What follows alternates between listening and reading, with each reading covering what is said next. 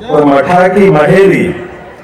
और गन्ने की रस की खीर पहली बार यहीं पे अपने लिए आनंद दी थी। गन्ने के रस की खीर का जमाने भर में घूमना हुआ, लेकिन यहाँ का जो टेस्ट है, ऐसे चिरौंजी बर्फी, बेसन के लड्डू, रस भरी गुजिया, जितने अच्छे प्रकार के व्यंजन हमारे खजुराहो में मिलते हैं, वाकई इसकी कोई तोड़ नहीं है। इतना आनंद आता है, लगता है कि बुंदेलखंड में बार बार दौड़ के आए। जिस स्थान पर हम बात कर रहे हैं, आज से लगभग 200 साल के पहले टी.एस. बर्ट ने 1838 में, आप सबकी जानकारी में वैसे होगा कि हमारे काल के प्रवाह में हमारी संस्कृति को नष्ट भ्रष्ट करने के कई प्रयास हुए, और इसीलिए इकबाल ने कहा कि कुछ बात है कि हस्ती मिटती नहीं है हमारी, लाख प्रयास कर लो। और परमात्मा की दया से उसके संबंध में यहाँ के अपने देशवासियों ने भी कई मार्ग खोजे। जब हमारे धर्म ग्रंथों को जलाने का प्रयास किया तो घोट करके वो अंदर ही अपने ग्रंथ उतार गए। इसलिए जिनने वो वेद पढ़े होंगे, 2 वेद पढ़ के जिनने स्मरण कर लिया वो द्विवेदी कहलाए, जिनने 3 वेद पढ़ लिए वो त्रिवेदी कहलाए, जिनने 4 वेद अंदर घोट के उतार लिए वो चतुर्वेदी कहलाए। और काल के प्रवाह में इन सभी हमारे देवस्थानों को, हमारी ऐसे ऐतिहासिक महत्व के स्थानों को बचाने के युद्ध में सामने लड़कर के प्राणों की बलिदान देकर के हमारे देवस्थानों को बचाने का भी लंबी श्रृंखला है। लेकिन जब हमारे प्राणों के बलिदान के बाद भी आक्रांतों द्वारा इन स्थानों को बचाने के कष्ट हुए तो फिर मार्ग खोजे। क्या क्या हो सकते थे? उसमें से एक मार्ग ये भी था कि ये देवस्थानों को मिट्टी में दबा दे। आपकी जानकारी के लिए बता दें, 1838 के पहले ये जो हमारे बड़े बड़े उत्तुंग शिखर से आकाश को बात करने वाले देवस्थान, इन देवस्थान को बचाने के लिए मिट्टी से ढाक दिया गया था। पूरे क्षेत्र में मिट्टी के जब टीले दिखे तो ये जो टी.एस. बर्ट नामक सज्जन, अंग्रेज सज्जन थे, वो सर्वे करने आए। उन्होंने कहा ये असामान्य है, निश्चित रूप से ये टीले सामान्य प्राकृतिक नहीं है। और ये जब इनको खोला गया, मिट्टी के ढेर को हटाया गया, तो ये अद्भुत स्थान बने जो विश्व के अंदर हमारी भारतीय संस्कृति की पताका को फहराते हुए 1000 साल से ज्यादा पुराने इतिहास को गर्व से गौरव के साथ, तो इसलिए ये 3 सदी हमारी बड़ी उल्लेखनीय है। 19वीं शताब्दी जहां हमारे अवशेष ने झांकना चालू किया और अंग्रेज सहित सभी आक्रांताओं ने अंग्रेजी देते हुए 1857 के युद्ध में अगर सबसे बढ़िया और बड़ी भूमिका हुई तो हमारे बुंदेलखंड के नौजवानों ने अपना बलिदान देकर के उस आजादी की ललक को जगाने का काम किया था। और 1857 के पहले से भी हुआ, ऐसा तो माना जाता है कि 1840 में भी, लेकिन उसके पहले और बाद के काल में कुल मिलाकर के 1947 आते आते तक लगभग 1800 या हमारे लिए मान के चले कि 800 या 850 साल का ये जो संघर्ष का काल रहा है, इस संघर्ष के काल में भारतीय संस्कृति ने आगे बढ़ करके अपनी संस्कृति पे गर्व करना सिखाया। और यही वो दौर था जहां पर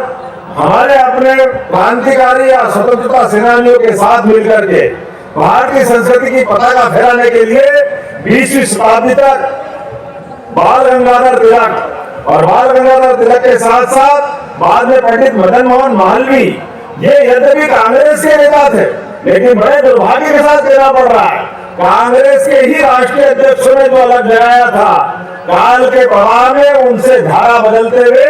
धर्मनिरपेक्षता के आड़ में हमारी संस्कृति को लज्जित करने का भी प्रयास जिनने किया है, उन सबको जवाब सुप्रीम कोर्ट के माध्यम से मिला है। जब अयोध्या में भगवान राम के मंदिर का पुनः गृह प्रवेश हुआ और भारत की आत्मा में प्रवेश हुआ, एक तरह से मान के चले हमारी संस्कृति पे गर्व करने का मौका मिला यशस्वी प्रधानमंत्री के नेतृत्व में। और अब नए दौर के नए समय की नई इबारत लिखने का समय आया। ऐसे में आज यहाँ पर इस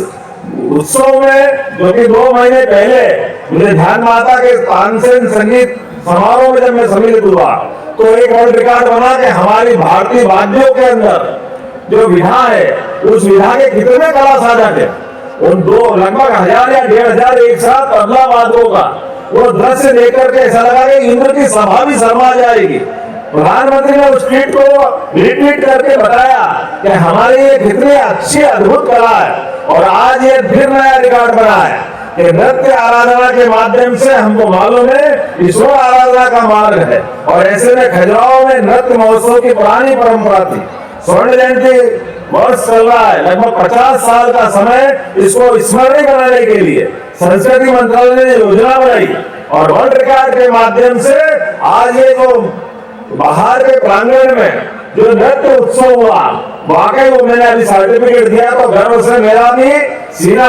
56 इंच वाले की तरफ चलने लगा कि हाँ ये आनंद आया है। हमारे बेटियों ने, हमारे कलाकारों ने ये जो हमारा अवसर उपलब्ध कराया है कि कथक नृत्य को दुनिया के अंदर पहुंचाने के लिए ये जो कदम बढ़े हैं, एक विश्व रिकॉर्ड बना है, मैं सभी को बधाई देना चाहूंगा। और केवल उस रिकॉर्ड के माध्यम से हमारी संस्कृति नहीं पहुंच रही, हमारी पूरी गौरवशाली परंपराओं से विश्व परिचित हो रहा है। इसलिए इसके बाद जब मैं यहाँ से गया तो हमारी आदिवासी अंचल की, उनकी रहन सहन की, उनकी आवाज की, ये जो एक तरह से शिल्प ग्राम में प्रवेश किया है, यहाँ हमारे कोल, बेगा, सहरिया, भारिया, अलग अलग जनजाति के लोग, और ये बताने वाले लोग कहते थे ना, तो हमसे कहते थे कि ये भारतीय लोग, इनके पास तो सफेदों की और पता नहीं कितने प्रकार की गालियां देते थे। ये उन सबको जवाब है। हजारों साल से हमारी संस्कृति बहुत सुव्यवस्थित वैज्ञानिक पद्धति से जीवन शैली भी रही है और ऐसे सारे कामों को करते करते हम मानवता को बचाने वाले भी हैं। मुझे इस बात की प्रसन्नता है, एक आवास में जब गए कोल बंधु के यहाँ तो बहुत सुंदर ढंग से रचना बनी और बीचों बीच चौक, चौबारा, देवता की पूजा करने का स्थान, तुलसी का केंद्र, भंडारण की व्यवस्था,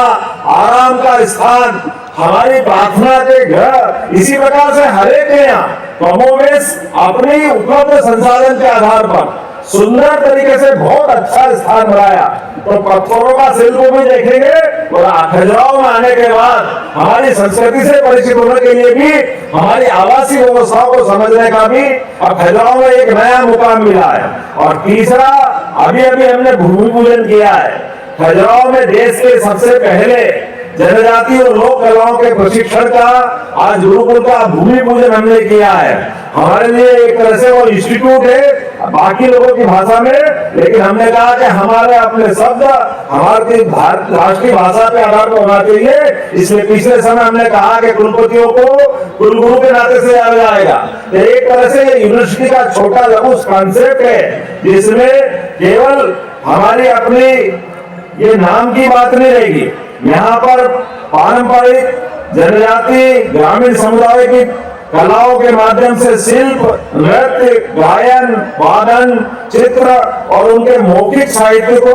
वरिष्ठ गुरुओं के माध्यम से प्रशिक्षण की व्यवस्था भी की जाएगी। मुझे इस बात की प्रसन्नता है, ये गुरुकुल की कल्पना ही अपने आप में अद्भुत है। मैं अभिनंदन करना चाहूंगा आपने पूरे विभाग का, संस्कृति मंत्रालय का, संस्कृति मंत्री का, और बधाई देना चाहूंगा माननीय वी डी शर्मा जी को, सभी विधायकों को ये इस सौगात के लिए जिनके माध्यम से हमारे देशज ज्ञान पद्धति और हुनर को सबके सामने लाने का प्रयास रहेगा और ये लंबी परंपरा रहेगी जिसमें हम आगे बढ़ेंगे। आपने इस अवसर पर कुछ बातों की तरफ ध्यान आकर्षित किया है। ये मध्य प्रदेश का, खास करके मुझे तो इस बात का आनंद है, देश का दिल मध्य प्रदेश, और परमात्मा की कृपा है कि देश के दिल में कला से जुड़ने के लिए खजुराहो हमारे पास है। ये भाग्य हमारा है और इस आधार पर हमारे प्रदेश का सबसे पुराना एक तरह से इंटरनेशनल एयरपोर्ट यहाँ बना और बाहर से यात्रियों का आवागमन यहाँ होता है। ऐसे में एलोपैथिक की दृष्टि से निश्चित रूप से यहाँ हॉस्पिटल की आवश्यकता है। मैं हॉस्पिटल बनाने की घोषणा करता हूँ और जल्दी स्वास्थ्य विभाग के लोग आएंगे और चिकित्सा सुविधा व्यवस्था देकर के यहाँ एक कमी की पूर्ति करेंगे। दूसरी, हमने पिछली विधानसभा में बात कही थी कि हमारे अपने कोविड के काल के बाद तो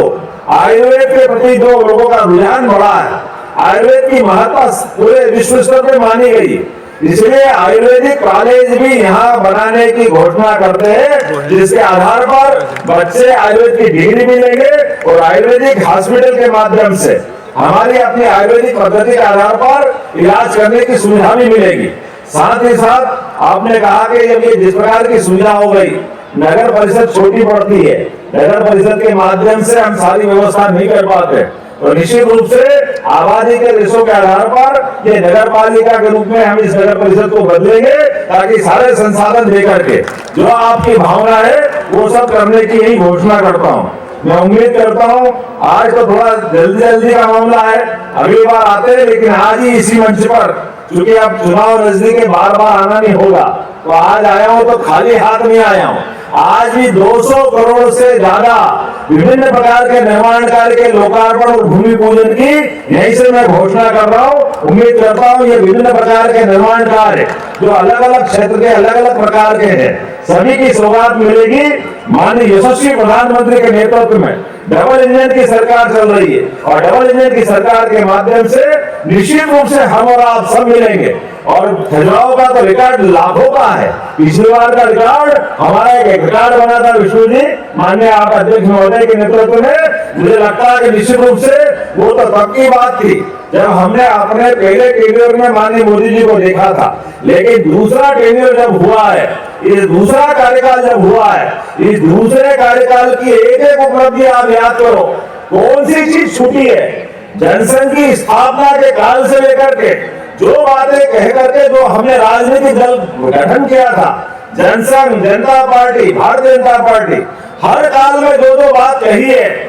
वो सारी की सारी बातों को पूरा करने के लिए माननीय मोदी जी ने 5 साल से छोटे से समय में सब कुछ दे दिया, कुछ बचा ही नहीं है। जम्मू कश्मीर धारा 370, अब धारा 370 अस्थायी थी, लेकिन उस अस्थायी धारा को 70 साल तक हमारे ऊपर लागू रखा गया, और उस अस्थायी धारा का परिणाम क्या रहा कि 40,000 से ज्यादा सैनिक और आम नागरिक मारे गए। ये सारा पाप किसके माथे था? और धारा 370 के बनने के तुरंत बाद जनसंघ के हमारे राष्ट्रीय अध्यक्ष, जिन्हें इस बात का विरोध करते हुए भारत सरकार के मंत्रालय को ठुकरा करके मंत्री पद से इस्तीफा देकर के अपना बलिदान दिया, हमें गर्व है। डॉक्टर श्यामा प्रसाद मुखर्जी ने वो एक ऐतिहासिक घटना के आधार पर हमारा पूरे देश का ध्यान आकर्षित किया था, और वो नहीं, उसके बाद 3 तलाक, धारा 370 और ऐसे कई सारी नीतियों को बदलने के लिए, और आखिरी में आकर के अयोध्या के अंदर हमको मालूम सुप्रीम कोर्ट ने तो एक बार पहले फैसला कर दिया था 3 तलाक का, लेकिन भारत सरकार कमजोर थी, भारत सरकार ने उस निर्णय को लागू नहीं कर पाया। उस निर्णय को बदल करके माननीय मोदी जी ने सरकार क्या होती है, 56 इंच के सीने वाले की सरकार क्या होती है, और देश और दुनिया को बता दिया। उतना ही नहीं, अभी कानून व्यवस्था में भी जो बदलाव किया है, पहले कहा जाता था दंड संहिता, दंड देने के लिए, क्योंकि हम गुलाम थे, हमको अंग्रेजों ने गुलाम बनाया हुआ था, इसलिए उनके कानून लागू करने का तरीका था, उनका दृष्टिकोण सामने था, इसलिए दंड संहिता की बात उन्होंने कही। लेकिन हम तो न्यायालय की दहलीज पर न्याय मांगने जाते, दंडित होने नहीं जाते, इसलिए उस कलंक को मिटाने का काम भी किसी ने किया है, देश के गृह मंत्री ने और माननीय प्रधानमंत्री जी के माध्यम से किया है। अब हमारे यहाँ जो CRPC, IPC, सारे ऐसे कानून जिनमें हमारी गुलामी के लक्षण दिखाई दे, सबको बदलने का प्रयास किया। वो न्याय के देवी जिसकी आंखों पे पट्टी बनी हुई थी, अरे किसी आंखों पे पट्टी बांध के कोई क्या न्याय करेगा? हमारे यहाँ तो हजारों साल से पंच परमेश्वर के आधार पर न्याय करने की पद्धति थी, इसलिए ये न्याय के प्रतिमान भी बदले गए। आंखों की पट्टी नहीं खुली है, पूरे देश में उनके पीछे चलने वालों की पट्टी खुली है। ये है मोदी जी की सरकार। अगर इन सारे कामों से सहमत हो गए तो निश्चित रूप से हम सब संकल्प करें, आने वाले समय में फिर एक बार, आवाज नहीं आई, फिर एक बार निश्चित रूप से मोदी सरकार भारत का भाग्य बदलने के लिए, भारतीय संस्कृति की ध्वजा लहराने के लिए, और हम सबको गर्व और गौरव से दुनिया के सामने आकर के स्वामी विवेकानंद की वो कही गई घोषणा 21वीं शताब्दी भारत की होगी, उसको मजबूत करने की दिशा में हम सब बढ़ेंगे। बहुत बहुत धन्यवाद। भारत माता की जय।